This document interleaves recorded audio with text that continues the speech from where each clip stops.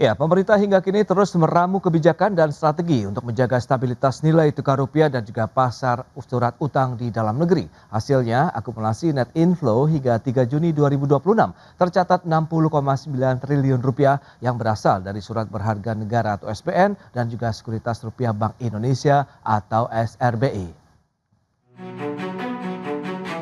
Kepercayaan investor terhadap fundamental ekonomi Indonesia hingga kini masih tetap terjaga.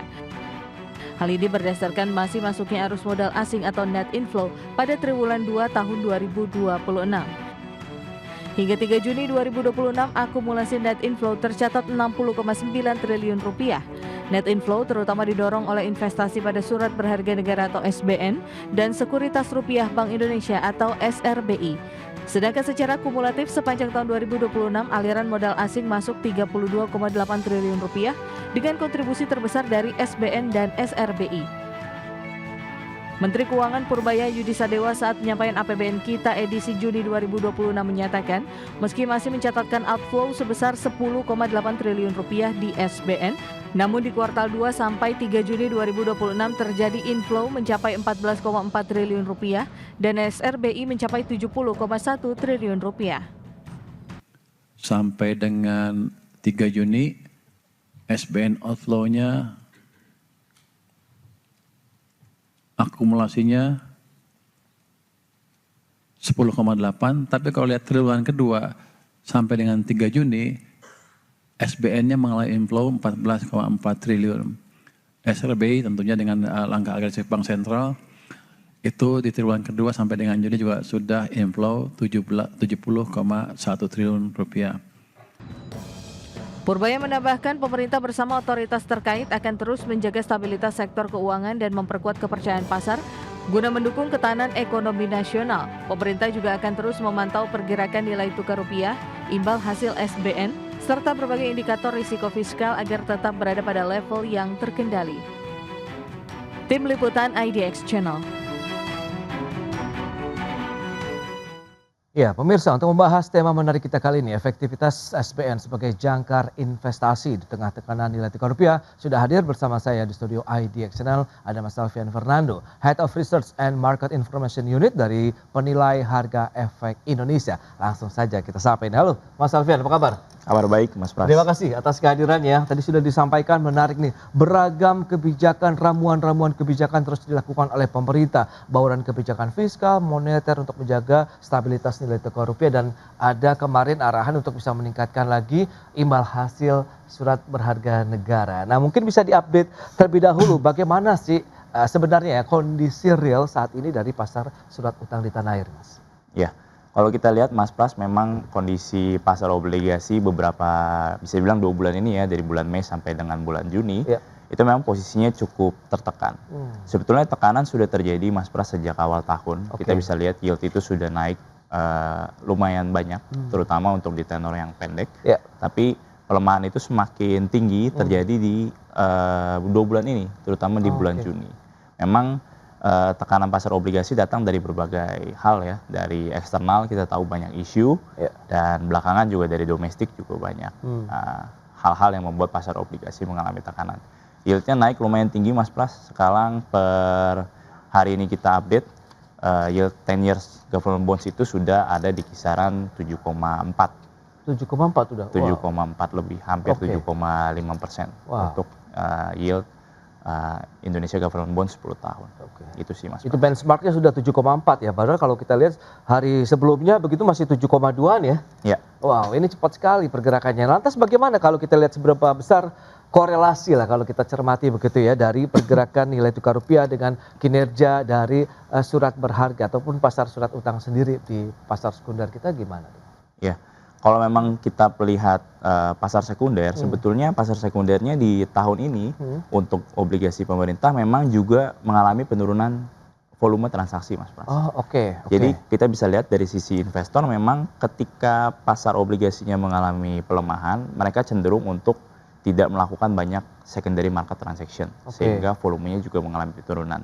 Nah, yang mengalami penaikan justru datang dari obligasi korporasi, yang mungkin memang punya yield lebih tinggi, punya kupon lebih tinggi, dan punya peluang untuk menghasilkan return yang lebih baik ya di kondisi saat ini, sehingga transaksinya malah mengalami kenaikan dibandingkan dengan obligasi pemerintah. Oke. Nah, kalau kita cermati dengan pergerakan yieldnya sendiri, ini menjadi sinyal yang cukup positif begitu bagi para investor SBN ataupun surat utang keseluruhan, baik yang tadi pemerintah, government bond maupun yang korporasi begitu. Kalau misalnya investor yang sudah punya posisi terutama sejak tahun lalu ya, mungkin tidak bisa bilang ini hal yang positif karena pelemahannya cukup signifikan, Mas Pras. Karena kalau misalnya kita lihat tahun lalu yield itu masih berada di bawah 7%, bahkan untuk yang tenor 10 tahun. Untuk yang tenor jangka pendek itu masih di kisaran 5%. Jadi melihat kenaikan yield yang terjadi di tahun ini itu malah membuat mereka justru posisi portofolionya pasti mengalami koreksi. Jadi bukan cuma di pasar saham yang mengalami pelemahan, pasar obligasi kita juga sekarang posisinya mengalami pelemahan. Tapi untuk sisi investor sih harusnya yang memang sekarang mencari reinvestment atau memang investor-investor yang baru mau masuk ke pasar obligasi ini momentum yang baik bagi mereka karena posisi yieldnya tinggi kan. Iya, betul. Ini sebenarnya naiknya kencang juga ya, dari 7,2 sekarang 7,4 beda dalam hitungan hari berarti ya kenaikannya ya. Nah, pemerintah juga sudah menerapkan sejumlah strategi untuk menjaga stabilitas rupiah. Salah satunya menaikkan suku bunga acuan Bank Indonesia BI Rate kemarin ya menjadi 5,5%. Nah, pemirsa, nah lantas sejauh mana efektivitasnya bisa memberikan ya lagi sentimen yang cukup kuat untuk pasar obligasi kita? Ya, sebetulnya kenaikan BI Rate itu sudah quote unquote diekspektasikan dan bahkan mungkin dan bahkan diharapkan sebetulnya sama pelaku pasar, karena kalau kita lihat dari bulan Mei dan juga bulan Juni pelemahan rupiah itu memang mengkhawatirkan, pelemahannya cukup bahkan sangat besar ya, dan memang sulit rasanya bagi Bank Indonesia kalau dia tidak menaikkan interest rate untuk menjaga nilai tukarnya, karena mau nggak mau berarti kan yang harus dipakai adalah intervensi ke pasar dan cadangan devisanya bisa terkuras banyak gitu. Nah, yang dilakukan untuk menaikkan interest rate ini dari pasar sebetulnya menanti. Makanya memang sudah dilakukan price in juga. Sebelum BI Rate naik itu pasar obligasi sudah mengalami pelemahan yang cukup besar. Nah, namun ketika pengumuman terjadi memang tentunya kembali melemah dan kemarin ada surprise rate hike lagi 25 basis dari Bank Indonesia, itu kembali membuat pasar obligasi mengalami pelemahan lagi gitu. Jadi pasar obligasi memang sangat sensitif terhadap suku bunga dan kenaikan BI Rate yang walaupun sudah diekspektasikan, tapi banyak yang tidak expect sebesar ini. Ya, 50 basis point sehingga cukup mengejutkan sih, Mas Pras. Oke. Nah, kalau kita lihat dengan tadi ini menarik Anda sampaikan juga ada kenaikan yield yang terjadi dalam mungkin sepekan terakhir lah, bisa disampaikan juga ini tadi kepada pemirsa nanti. Sejauh mana bahwa ini menjadi satu risiko yang harus dicermati oleh investor begitu di pasar obligasi sendiri, atau justru peluang investasi yang menjanjikan begitu? Ya, kalau dari sisi kita PHI melihat kenaikan yield yang terjadi ini sebetulnya bukan kekhawatiran ya. Banyak investor yang kemarin khawatir tentang yield curve yang memang sudah mulai inverted, terutama antara tenor 1 tahun dengan 5 tahun. Kemarin satu minggu yang lalu ya, itu sempat ada inverted yield curve yang terlihat sekali antara tenor 1 dengan 5 tahun. Banyak yang berekspektasi atau berasumsi bahwa ini tanda-tanda resesi. Tanda-tanda resesi. Tapi kalau dari PHI kami melihat datanya belum menunjukkan seperti itu. Inverted yield curve itu mostly banyak terjadi satu karena memang pihak yang melakukan penjualan obligasi itu banyak datang dari perbankan. Datang dari perbankan. Kenapa? Satu, mungkin pengaruh dari kenaikan BI Rate sehingga deposit facility mereka ke bank sentral itu kan meningkat, sehingga mereka lebih memilih untuk melakukan penempatan ke Bank Indonesia. Kedua, mungkin memang mereka juga mencoba untuk meningkatkan loan growth, sehingga uang-uang yang tadinya diparkir di obligasi diharapkan bisa turun ke masyarakat. Mungkin ada arahan juga dari Pak Purbaya. Lalu pengaruh juga dari SRBI. Memang kalau kita lihat penerbitan SRBI selama beberapa bulan terakhir, bahkan sampai Juni ini, itu cukup agresif. Memang nilainya besar, yieldnya juga agresif untuk menahan nilai tukar rupiah. Jadi faktor itulah yang membuat yield curve-nya yang tenor pendek mengalami kenaikan yang signifikan. Oke, ini dia menarik kalau kita cermati kalau bicara mengenai obligasi baiknya yang tenor jangka pendek, menengah atau panjang kita bahas nanti di segmen berikutnya. Kita akan jeda dulu sebentar ya Mas ya. Dan pemirsa kami akan segera kembali usai pariwara berikut ini. Ya, terima kasih Anda masih bergabung bersama kami dalam Market Review pemirsa. Dan berikut ini kita akan sampaikan sejumlah data. Yang pertama kita akan lihat bagaimana imbal hasil dari surat utang pemerintah dengan tenor yang cukup beragam dari 1 tahun sampai dengan 10 tahun. Seperti yang bisa Anda saksikan di layar televisi Anda. Pergerakan dari tanggal 10 Juni, kemudian hari sebelumnya di 9 Juni dan 1 pekan sebelumnya. Kalau kita lihat yang untuk tenor 1 tahun 7,1%, kemudian di hari sebelumnya menjadi 7,14% dan 1 minggu sebelumnya di 6,7%. Dan selanjutnya yang 5 tahun 7,27% di tanggal 10 Juni, kemudian 9 Juninya menjadi maksud kami sekitar 7,275 dan 1 pekan sebelumnya di 6,68 dan yang 10 tahun di 7,27 sementara di 9 Juni 7,27 juta maksud kami 7,27 juga dan 1 minggu lalu di 6,8 berarti memang sudah mulai ada kenaikan dari yield dari imbal hasil obligasi pemerintah ya per 10 Juni dan selanjutnya untuk yang obligasi pemerintah tenor 10 tahun kita akan cermati bersama juga pergerakannya. Dari tanggal 25 Mei sampai dengan 10 Juni 2026. Ya ini dia yang bisa Anda saksikan di layar televisi Anda dari 6,84 kemudian sampai dengan 10 Juni sudah meningkat menjadi 7,27% imbal hasilnya. Wow ini dia. Berikutnya kita akan lihat dari yield obligasi korporasi dengan rating AAA tenor 10 tahun. Dari 25 Mei sampai dengan 10 Juni 2026 juga kita cermati imbal hasilnya ada kenaikan dari 7,40% menjadi 7,89% per 10 Juni 2026. Dan selanjutnya pergerakan nilai tukar rupiah kita akan cermati bersama juga. Setelah beragam kebijakan yang sudah dilakukan oleh pemerintah sempat membuat nilai tukar rupiah kita akhirnya mengalami apresiasi dari 18.141 kemudian menjadi 17.971 per dolar Amerika di 10 Juni. Namun tanggal 11 Juni rupiah kembali lagi mengalami tekanan tipis di 17.981 per dolar Amerika Serikat. Ini dia beberapa data yang kita akan sampaikan dan kita akan lanjutkan kembali perbincangan bersama dengan Mas Salvian Fernando. Nah, dengan beberapa data tadi yang sudah disampaikan, yield yang tadi sudah mengalami kenaikan, strategi investasinya seperti apa. Nah, inverted dari yield yang terjadi. Ini menarik juga. Ini kan mulai tahun 2026 begitu ya. Nah, sinyal seperti ini apakah masih berpotensi berlanjut? Kemudian apakah ya tadi investasi SBN ini bisa tidak sih menjadi jangkar juga nih di tengah kondisi saat ini global kita yang masih belum jelas begitu kan, uncertainty-nya kuat banget dan juga pelemahan rupiah nih Mas. Ya. Kalau kita melihat tren inverted yield curve ini memang terjadi beberapa waktu aja sih Mas Pras. Okay. Cuma terjadi di 1-2 minggu terakhir lah. Tapi di beberapa hari terakhir yieldnya sudah mulai kembali normal. Sehingga memang kalau kita lihat repricing resiko lah kita bahasanya ya oleh investor itu yang tadinya dilakukan hanya untuk tenor jangka pendek sekarang mulai melebar ke beberapa tenor bahkan ke tenor jangka panjang juga. Makanya kalau lihat pergerakan yield beberapa hari terakhir, yield itu mengalami kenaikan signifikan bahkan untuk yang tenor jangka pendek.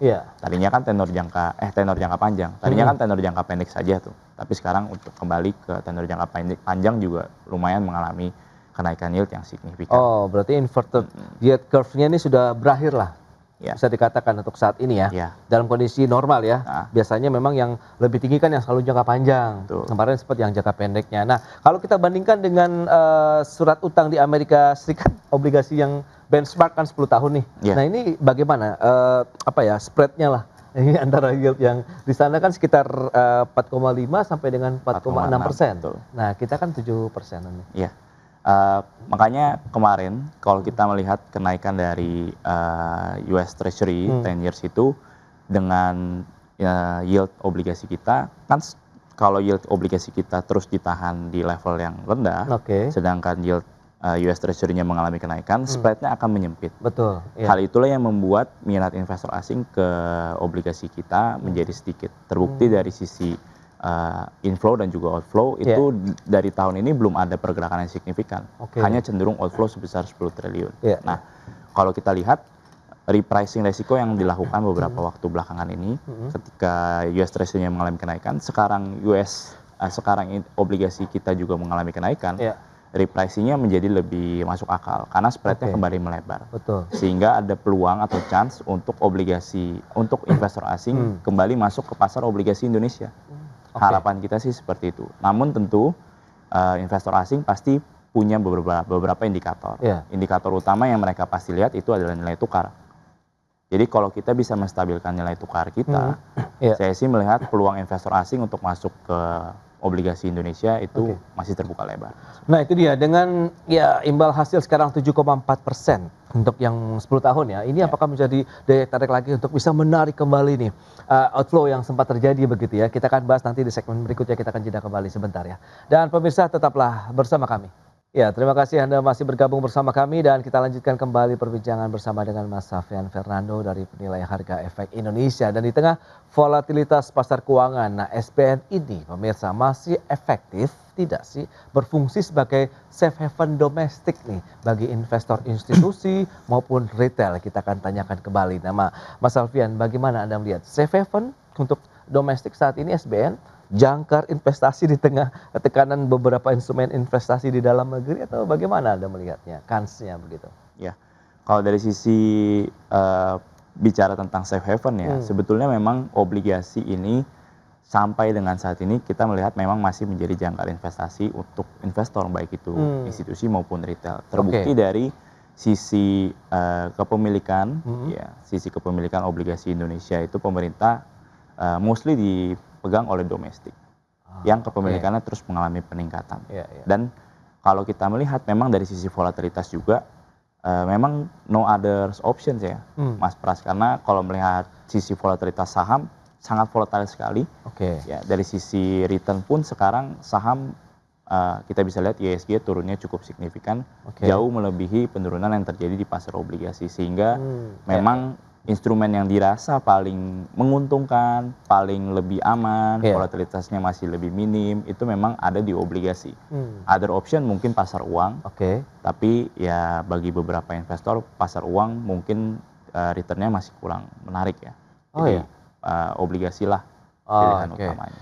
Nah, investor asing sendiri melihatnya bagaimana minat investasi mereka ya terhadap SBN Indonesia?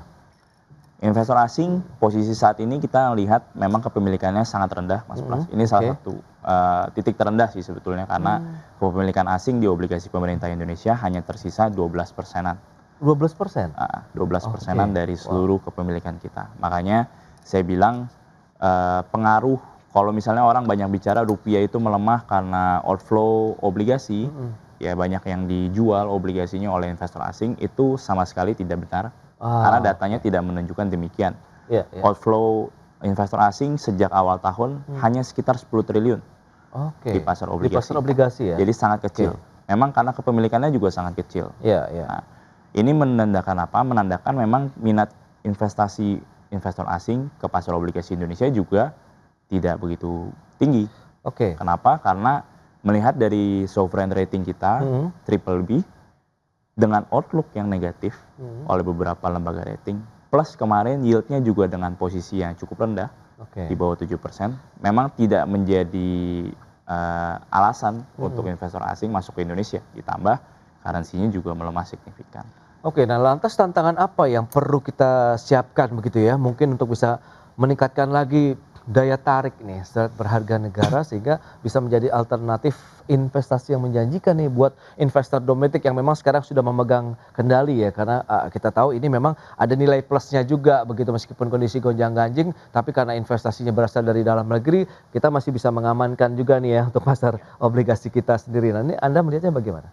Satu, kalau dari pasar obligasi itu akan sangat menanti data fiskal. Karena concern utama dari pasar obligasi sekarang, terutama investor untuk obligasi pemerintah, itu datang dari fiskal. Fiskal kita itu pertumbuhan revenue-nya cukup baik, hampir 20% year on year. Tapi pertumbuhan expense-nya juga sangat luar biasa, karena tumbuh 35% secara year on year. Itu mengkhawatirkan. Ya. Dan kalau kita lihat pertumbuhan GDP kita di Q1 itu memang datangnya dari government spending. Ya. Nah, itu yang ditakutkan akan sustainable atau tidak. Karena kalau misalnya government spending yang menjadi tumpuan untuk GDP growth, berarti kan kalau mau pertumbuhannya terus bertahan di angka tinggi, harus spending terus. Nah, kalau mau spending terus, berarti fiskalnya akan defisit terus. Nah, itu yang dikhawatirkan akan defisitnya melebar. Nah, investor itu berharap fiskal ini bisa dijaga lebih prudent, expand-nya bisa dilakukan dengan lebih bijak. Kalaupun mau tumbuh tinggi, diharapkan revenue-nya juga bisa menopang, tidak datang dari refinancing yang berlebihan. Karena kalau kita melihat interest rate yang dibayarkan oleh pemerintah setiap tahunnya untuk obligasi atau surat utang itu nilainya cukup masif, hampir 50% dari revenue kita digunakan untuk membayar hutang. Jadi itu cukup menjadi concern. Yang kedua memang datang dari moneter.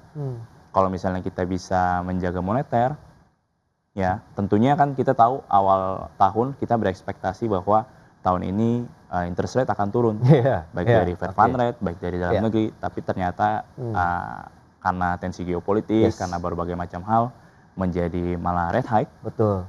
Nah ini kan membuat katalis negatif ya bagi pasar obligasi. Nah diharapkan rate hike ini tidak berlanjut terus, atau bahkan tidak terlalu agresif sehingga pasar obligasi pelemahannya tidak terlalu dalam. Nah, Pak Salvian, proyeksi Anda lantas bagaimana dengan pasar obligasi kita begitu? Paling tidak di sepanjang tahun ini deh. Dengan tantangan sebenarnya nilai tukar rupiah kan juga masih tetap ada begitu. Meskipun tadi ramuan-ramuan kebijakan sudah dilakukan oleh pemerintah, tapi ya sempat memang mengalami apresiasi, tapi ya itu depresiasi kemarin aja kembali lagi terjadi untuk rupiah kita. Nah, ini kan kita perlu menyiapkan amunisi-amunisi lain nampaknya begitu untuk bisa menjaga pasar obligasi kita juga tetap menjadi primadona lah, masih bisa dilirik lah gitu. Ya, prediksi saya sih, saya melihat bahwa tekanan itu masih datang dari luar negeri, karena tensi geopolitik juga masih terlihat terus tinggi. Akibatnya kemarin kita bisa lihat data inflasi Amerika Serikat juga mengalami kenaikan, yang membuat rate hike yang akan terjadi di Fed Fund Rate itu semakin terlihat. Nah, itu katalis negatif juga bagi pasar obligasi. Ditambah kalau misalnya rate hike terjadi, US dollar pasti menguat. Itu memberikan tekanan lagi bagi nilai tukar rupiah. Sehingga kalau misalnya kita bicara outlook untuk pasar obligasi, saya melihat tahun ini memang akan menjadi era di mana yield obligasi itu stay high. Akan ada di level tinggi. Saya rasa level 7,5% di level yang sekarang ini, 7,47 kalau saya nggak salah, itu memang sudah level yang price in resiko-resiko yang akan terjadi dalam beberapa waktu dekat ini. Bisa potensi kemana menurut Anda nih tahun ini kira-kira? Menurut saya potensi naik masih ada, Mas Pras, karena katalis negatif di depan masih ada. Salah satunya rate hike tadi dari Fed Fund Rate. Cuman kami sih melihat atau berharap pemerintah itu bisa satu menjaga fiskal ya tadi, menjaga inflasinya tetap stabil dan juga mencoba memperkuat kembali nilai tukar rupiahnya sehingga yield obligasi itu tidak shoot up sampai ke level 8%. Oh, itu dia. Berarti memang dari sisi fundamental ekonomi kita ini menjadi salah satu penentu juga ya untuk pasar obligasi kita ya. Dari sisi inflasi tetap terjaga, bagaimana daya beli masyarakat juga tetap terjaga, begitu nilai tukar rupiah pun juga harus bisa tetap stabil lah, begitu juga tidak mengalami tekanan yang lebih jauh lagi. Baik, Mas Alfian, terima kasih banyak atas informasi, update dan juga insight yang sudah disampaikan kepada pemirsa terkait dengan pasar obligasi kita begitu yang nampaknya memang masih cukup dinamis lah ya sampai dengan akhir tahun 2026 ini. Terima kasih Mas. Sukses untuk Anda. Sama-sama. Thank you Mas Pras. Baik ya pemirsa, pemerintah meyakini nilai tukar rupiah akan kembali menguat secara bertahap pada semester kedua tahun ini. Optimisme tersebut seiring dengan menguatnya koordinasi kebijakan serta meningkatnya kepercayaan investor. Nilai tukar rupiah hingga awal Juni 2026 masih berada dalam tekanan akibat kombinasi faktor eksternal dan domestik. Kendati demikian, pemerintah meyakini kondisi tersebut akan membaik seiring menguatnya koordinasi kebijakan serta meningkatnya kepercayaan investor.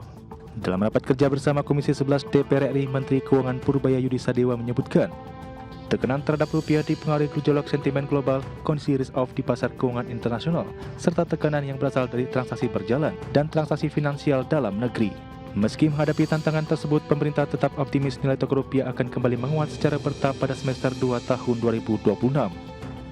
Optimisme tersebut didasarkan pada semakin kuatnya sinergi antara kebijakan fiskal, moneter, dan sektor keuangan yang dijalankan pemerintah bersama berbagai otoritas terkait. Pemerintah juga menaruh harapan pada perbaikan tata kelola devisa hasil ekspor, serta pendalaman pasar keuangan domestik.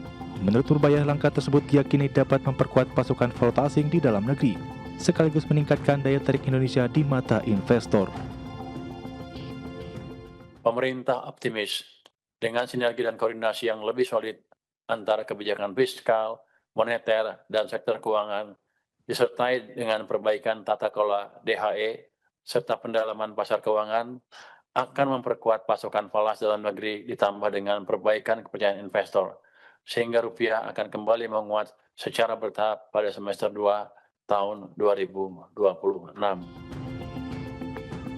Pemerintah mengakui dinamika ekonomi global masih bergerak sangat cepat dan dipenuhi ketidakpastian. Kondisi tersebut menuntut kebijakan fiskal yang responsif dan antisipatif agar berbagai risiko eksternal maupun domestik dapat dimitigasi secara optimal. Dari Jakarta, Tim Liputan IDXchannel. Ya pemirsa, untuk membahas tema kita kali ini, menanti tuah bauran kebijakan fiskal dan moneter dalam menjaga rupiah, kita sudah tersambung melalui Zoom bersama dengan Mas Angga Wira. Beliau adalah Ketua Umum Asosiasi Pemasok Energi, Mineral, dan Batubara Indonesia atau ASPBINDO, kemudian juga Ibu Friska Savitri, Ekonom FEB UPN Veteran Jakarta. Langsung saja kita sapa. Halo Mas Angga, apa kabar? Selamat pagi, selamat Mas Pras, siap. Siap, terima kasih atas waktu yang disempatkan Mas Angga. Bu Friska, apa kabar? Halo Mas Pras, senang ketemu kembali. Baik, terima kasih juga atas waktu yang disempatkan. Sebelum membahas lebih jauh, kita akan minta pendapat dari ekonom dulu nih, Bu Friska, terkait dengan kondisi saat ini, review Anda terkait dengan tren pelemahan rupiah saat ini bagaimana? Apakah fluktuasi yang terjadi saat ini masih dalam batas yang wajar? Karena dalam artian memang kan yang diharapkan dunia usaha fluktuasinya tidak terlalu tinggi begitu Bu. Silakan. Oke, kalau saya melihat ya rupiah itu sebenarnya bukan hanya harga mata uang, tapi merupakan sekarang ini tuh barometer kepercayaan pasar terhadap kualitas kebijakan ekonomi Indonesia. Jadi pelemahan rupiah saat ini perlu dibaca sebagai kombinasi antara satu memang terjadi tekanan di dunia global, tapi juga ada terjadi kekhawatiran domestik seperti itu. Nah, mungkin dari sisi global itu dolar AS itu masih kuat karena dolar AS masih kuat karena ketidakpastian suku bunga di Fed, terus tensi geopolitik dan flight to quality atau perpindahan modal ke aset yang lebih aman. Namun dari sisi domestik pasar juga mencermati persepsi terhadap APBN kita saat ini gitu loh. Arah belanja pemerintah ini kemana, subsidi energi serta konsistensi kebijakan ekonomi. Jadi menurut saya rupiah itu tidak hanya menghadapi tekanan pasar falas ya, tapi juga sering sekarang ini diuji oleh pasar kepercayaan gitu. Ketika investor melihat adanya risiko pelebaran fiskal, tekanan subsidi atau capital outflow dan cadangan devisa yang digunakan itu cadangan yang digunakan untuk stabilitas, maka rupiah menjadi lebih sensitif. Nah, kita lihat Reuters itu mencatat rupiah sempat melemah sekitar 8% tahun ini dan menyentuh level itu kalau nggak salah 18.190 rupiah per dolar sebelum sedikit pulih setelah respon BI. Betul. Itu mungkin dari review singkat saya. Mas Oke, itu dia yang perlu dicermati, memang ini akhirnya menjadi sorotan juga ya bagi para pelaku ekonomi global terhadap kebijakan-kebijakan pemerintah tadi, baik dari sisi moneter maupun fiskal ya, dalam menjaga fundamental ekonomi Indonesia. Nah, dari kacamata ASPBINDO sendiri melihat bagaimana dengan fluktuasi rupiah atau cenderung depresiasi yang terjadi saat ini begitu, Mas Angga? Ya, tentunya kami dari pengusaha kita inginnya sebenarnya memang nilai rupiah ini stabil ya Mas Pras ya. Oke. Karena untuk melakukan sebuah perencanaan ekspansi kita juga butuh kepastian dalam konteks nilai tukar ya. Semakin tidak pastinya nilai tukar ya automatically kita akan sulit melakukan prediksi dan ekspansi. Jadi memang yang terpenting kita harap juga pemerintah mampu menerima ya respon-respon yang ada dan mengembalikan disiplin ya dalam pengelolaan fiskal dan moneter dan juga anggaran kita, sehingga di tengah memang tekanan dari sisi luar eksternal ya yang memang kita boleh bilang sangat dinamis, tapi yang terpenting kepercayaan dari pihak luar, investor dari luar juga terhadap kondisi disiplin daripada pengelolaan keuangan negara kita. Ini yang menurut saya juga menjadi sinyal yang cukup penting ya, walaupun kita lihat dalam 1 minggu terakhir ya banyak langkah-langkah yang dilakukan oleh otoritas baik fiskal dan moneter, tapi sekali lagi disiplin dalam pengelolaan anggaran kita itu menjadi salah satu kunci ya untuk mendorong agar nilai tukar rupiah ini bisa kembali ya kepada value yang sebenarnya mungkin di kisaran 17.000 ya. Nah ini harapan saya bisa kembali ke sana sehingga kita pun punya bisa melakukan perencanaan dan ekspansi ke depan yang lebih bisa ada kepastian gitu Mas Pras. Baik, nah itu dia kalau memang diharapkan dari pelaku usaha ada stabilitas nilai tukar rupiah. Lantas bagaimana Bu Friska Anda melihat dengan kebijakan pemerintah dari sisi otoritas fiskal maupun juga moneter begitu ya dalam menjaga tadi pelemahan rupiah tidak terlalu dalam, karena kita tahu Bank Sentral sudah menaikkan suku bunga acuan begitu ya menjadi 5,5%, kemudian beragam kebijakan sudah dilakukan juga oleh pemerintah dari sisi fiskalnya begitu. Anda melihatnya bagaimana? Apakah ramuan-ramuan ini sudah tepat sasaran-kah atau memang perlu ada evaluasi lebih jauh lagi begitu? Oke, sebenarnya saya melihat respon Bank Indonesia itu cukup agresif ya, dan tepat dalam konteks stabilisasi Ya. jangka pendek. Nah, BI itu menaikkan suku bunga, memperkuat intervensi falas dan mengoptimalkan di NDF ya, dan meningkatkan daya tarik instrumen rupiah. Nah, ini penting untuk menahan ekspektasi depresiasi agar tidak terjadi self-fulfilling crisis. Jadi BI itu menegaskan fokus pada stabilitas rupiah dan inflasi dalam sasaran 2,5–1%. Namun kebijakan moneter itu tidak bisa bekerja sendirian. Dari sisi fiskal, pemerintah itu harus memberi sinyal kuat bahwa APBN ini tetap kredibel. Ini yang dilihat oleh investor gitu. Defisit kita terkendali, subsidi lebih tepat sasaran, dan belanja itu diarahkan untuk sektor produktif. Nah, kita juga mungkin nggak boleh lupa kalau World Bank itu pernah memperingatkan adanya tekanan fiskal dari belanja dan subsidi energi. Nah, ini yang menyebabkan kredibilitas fiskal itu menjadi sangat penting. Nah, dampaknya terhadap rupiah akan menjadi positif jangka pendek kalau terkait moneter, karena return aset rupiah karena menaikkan return aset rupiah mengurangi tekanan capital outflow dan memberi sinyal bahwa itu BI cukup serius menjaga stabilitas seperti itu. Oke, Mas dan Pras. fiskalnya sendiri bagaimana? Oke, kalau fiskalnya sendiri memang pemerintah itu perlu melakukan beberapa kebijakan seperti sekarang ini, kebijakan fiskal itu yang menjadi salah satu yang dilihat oleh para investor seperti itu. Kalau misalnya kebijakan fiskal itu tidak terukur dan masyarakat melihat adanya ketidakpercayaan dari masyarakat, otomatis investor akan lari. Ini yang menyebabkan terjadinya capital outflow seperti itu. Dan kalau kita lihat mungkin IHSG jadi turun, semua jadi turun, dan mungkin kita bisa melihat triliunan dana itu lari keluar seperti itu. Itu hanya karena masalah kepercayaan. Nah, ini zaman sekarang ini yang sangat penting seperti itu, Mas Pras. Oke, itu dia ya dari sisi fiskal dan moneter. Nah, lantas bagaimana langkah yang dilakukan dunia usaha untuk menyikapi tadi depresiasi nilai tukar rupiah yang sudah dilakukan mungkin selama ini begitu Mas Angga? Apakah hedging itu sudah menjadi pilihan yang sudah dilakukan kah atau ada strategi lain nih Mas Angga?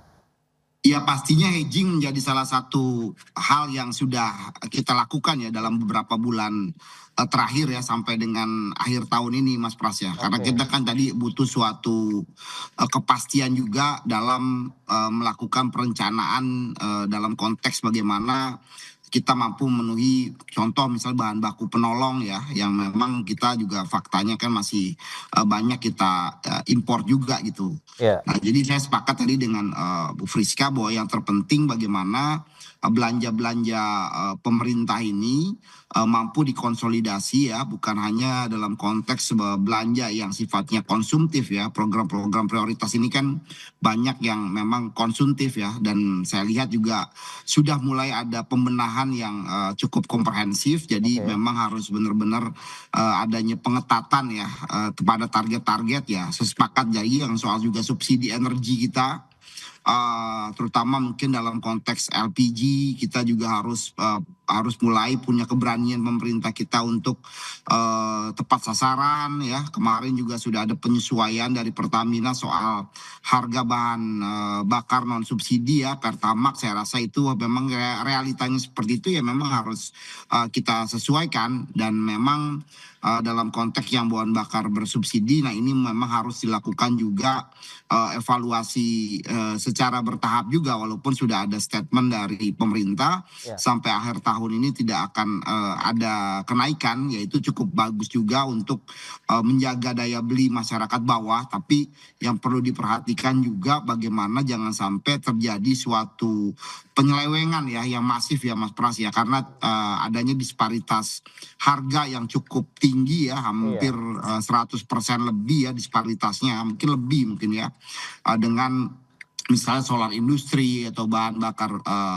transportasi lainnya. Nah ini memang perlu penegakan hukum juga secara ketat sehingga benar-benar bahan bakar yang yang subsidi ini bisa dinikmati oleh masyarakat yang memang benar-benar sesuai dengan target dari pemerintah. Ini yang menurut saya sangat-sangat penting sehingga bisa dilakukan penghematan anggaran. Dan jangan lupa ya, menurut saya juga strategi pemerintah untuk mendorong produktivitas ya, program-program yang menopang produktivitas ini menurut saya harus menjadi orientasi kita dalam APBN kita ke depan, Mas Pras. Baik, dan sebagai asosiasi pemasok energi, mineral dan juga batu bara, apakah pelemahan rupiah yang terjadi saat ini menjadi satu hal yang mungkin dalam tanda kutip menguntungkan bagi pelaku usaha atau tidak? Kita bahas lebih jauh nanti di segmen berikutnya. Kita akan jeda sebentar Mas Angga dan juga Ibu Friska. Dan pemirsa, kami akan segera kembali usai pariwara berikut ini.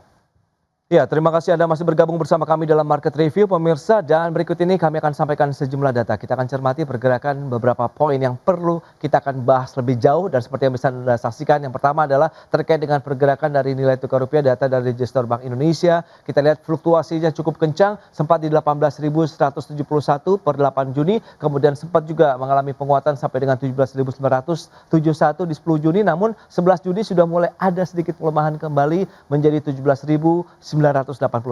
Dan berikutnya kita akan lihat data terkait dengan pergerakan BI rate-nya sendiri. Nah ini yang perlu kita cermati bersama, langkah berani yang sudah dilakukan Bank Sentral tadi sudah dinilai tepat oleh Bu Friska begitu ya, untuk meningkatkan BI rate dari 4,75% meningkat menjadi 5,25%, naik lagi menjadi 5,5% begitu ya. Kita lihat dengan poin dari pergerakan BI rate. Dan selanjutnya, bagaimana dengan cadangan devisa? Nah ini dia, kita lihat dengan kondisi saat ini tekanan rupiah yang terus terjadi. Trennya seperti Anda bisa saksikan cenderung turun dari awal tahun Januari di 154,58 miliar dolar Amerika menjadi 144,9 miliar dolar Amerika di bulan Mei 2026. Itu dia beberapa data yang sudah kita sampaikan. Kita lanjutkan kembali perbincangan bersama dengan Ibu Friska dan juga Mas Angga Wira. Nah, lantas bagaimana Mas Angga dengan beberapa data tadi yang sudah disampaikan? Ada BI rate naik, kemudian rupiah yang masih tertekan. Nah, sebenarnya ini menjadi tantangan tersendiri atau tidak sih kalau misalnya rupiah ini, apakah menguntungkan atau justru menjadi tekanan bagi SPBD atau bagaimana sebenarnya Mas Angga? Ya memang tergantung sudut pandang ya Mas Pras, tapi saya dalam mazhab yang menginginkan adanya stabilitas Mas Pras ya. Oke. Karena walaupun bagaimanapun ketika adanya fluktuasi itu yang menyebabkan kita tidak bisa melakukan suatu eksekusi yang presisi juga Mas Pras. Ini menjadi tantangan, apalagi kalau kita lihat dalam konteks bahan bakar ya. Nah apalagi ditambang kan kita tahu sendiri bahan bakar menjadi komponen utama dan kita lihat juga memang kenaikannya juga cukup signifikan ya. Ini mungkin tertinggi ya dalam saya masuk ke industri energi ini, bahan bakar ini tertinggi ya sampai dengan 30 ribuan ya solar ini untuk industri. Jadi menurut saya ini harus menjadi perhatian yang cukup penting juga ya. Di sisi lain kami melihat ya memang tantangan utamanya memang juga dalam konteks bagaimana memulihkan kepercayaan daripada investor ya, karena kalau kita lihat tadi soal mengenai beberapa kebijakan yang sudah diterapkan ya, mungkin dalam jangka panjang itu bisa cukup positif ya, seperti mungkin adanya DSI ya. Nah ini juga perlu menjadi bahan yang bisa kita diskusikan secara lebih detail, fungsinya seperti apa, jangan sampai juga memang mengganggu ya mekanisme-mekanisme pasar yang sudah berjalan selama ini ya, transparansi, objektivitas ya. Dalam konteks harga itu menjadi sangat penting juga, tapi menurut saya harus ada instrumen-instrumen lain yang dipertimbangkan. Jadi menurut saya kepada kebijakan-kebijakan yang sensitif seperti ini perlu dilakukan sosialisasi yang seharusnya lebih matang lagi ya sebelum itu diumumkan ke publik, Mas Pras. Oke, itu dia beberapa tantangan ya terkait dengan depresiasi nilai tukar rupiah, ada kenaikan suku bunga acuan, kemudian kenaikan harga solar industri dan tambahan lagi terkait dengan kebijakan satu pintu ya, dan semoga nanti akan ada solusinya begitu dengan duduk bareng antara pelaku usaha dan juga pemerintah. Mas Angga, ini karena ada kegiatan lain, jadi mungkin akan lanjut begitu untuk kegiatan selanjutnya ya. Baik, makasih. Terima kasih banyak Mas Angga atas waktu yang disempatkan. Baik, kita lanjutkan kembali dengan Ibu Friska Savitri. Nah, dengan beragam tadi tantangan yang dihadapi dunia industri, selain dengan adanya pelemahan nilai tukar rupiah juga, kemudian ada kenaikan suku bunga acuan, kemudian juga di satu sisi tadi ada kebijakan satu pintu. Nah, kalau kita bicara mengenai rupiahnya sendiri, lantas bagaimana Anda melihat trennya ke depan? Bahwa tekanan dengan beragam kebijakan-kebijakan yang sudah dilakukan oleh pemerintah, namun nampaknya belum terlalu cukup kuat nih untuk bisa mengangkat rupiah menguat kembali begitu nih, Bu Friska. Baik, kalau menurut saya ini begini ya Mas Pras, kita tuh tidak bisa menyelamatkan rupiah dengan melemahkan mesin pertumbuhan ekonomi. Seperti tadi yang dibilang oleh Bapak Angga, saya setuju ya. Jadi kalau menurut saya efektivitas suku bunga itu mulai mendekati area yang harus sangat hati-hati. Jadi kenaikan BI rate memang efektif untuk stabilisasi nilai tukar. Tetapi transmisi ke sektor real itu memiliki konsekuensi, yaitu satu, bunga kredit itu menjadi naik, ekspansi usaha itu akan jadi tertahan gitu kan, dan konsumsi durable goods itu melemah dan investasi menyebabkan itu bisa jadi tertunda. Nah, namun di sisi lain kita nggak boleh pesimis ya.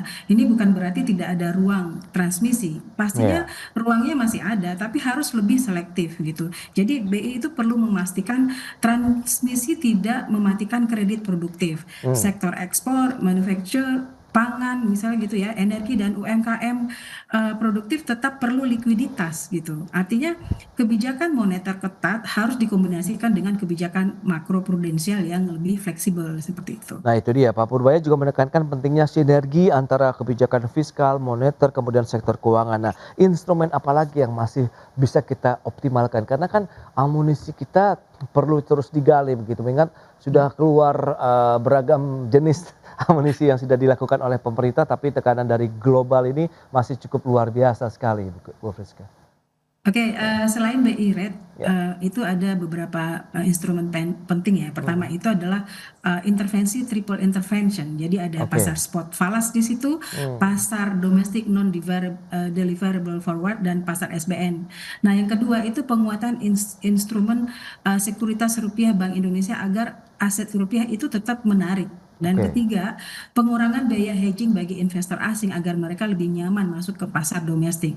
Nah, yang lebih penting itu adalah komunikasi kebijakan. Di sini kita berbicara bahwa dalam kondisi pasar sensitif, komunikasi BI itu harus clear, kredibel, dan predictable. Jadi pasar tidak hanya membaca keputusan suku bunga saja gitu ya, tapi juga membaca narasi. Apakah BI independen? Apakah fiskal kita disiplin? Apakah koordinasi kebijakan itu konsisten? Jadi intinya di pasar pasar keuangan, kredibilitas komunikasi itu seringkali sama pentingnya dengan instrumen kebijakan itu sendiri, seperti itu. Oke, lantas proyeksi Anda seperti apa? Mengingat Menteri Keuangan juga masih optimis bahwa rupiah akan menguat nih di semester kedua. Nah, Ibu Friska sudah menangkap sinyal-sinyal yang sama begitu atau bagaimana?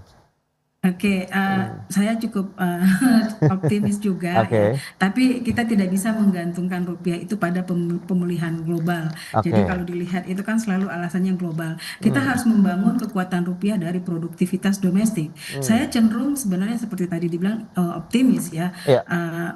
Tapi meredanya konflik tentu membantu menurunkan tekanan harga energi dan memperbaiki sentimen pasar. Tapi rebound global ini tidak otomatis cepat gitu ya, karena beberapa mitra kan juga mengalami hal yang sama. Mereka juga mengalami perlambatan seperti itu. Nah, Indonesia itu tidak hanya menunggu global rebound, Indonesia harus menciptakan sumber penguatan domestiknya sendiri. Seperti Oke. tadi misalnya mungkin dengan memperkuat ekspor yang bernilai tambah, terus mempercepat substitusi impor strategis, memperbaiki logistik kita gitu ya, dan meningkatkan produktivitas industri.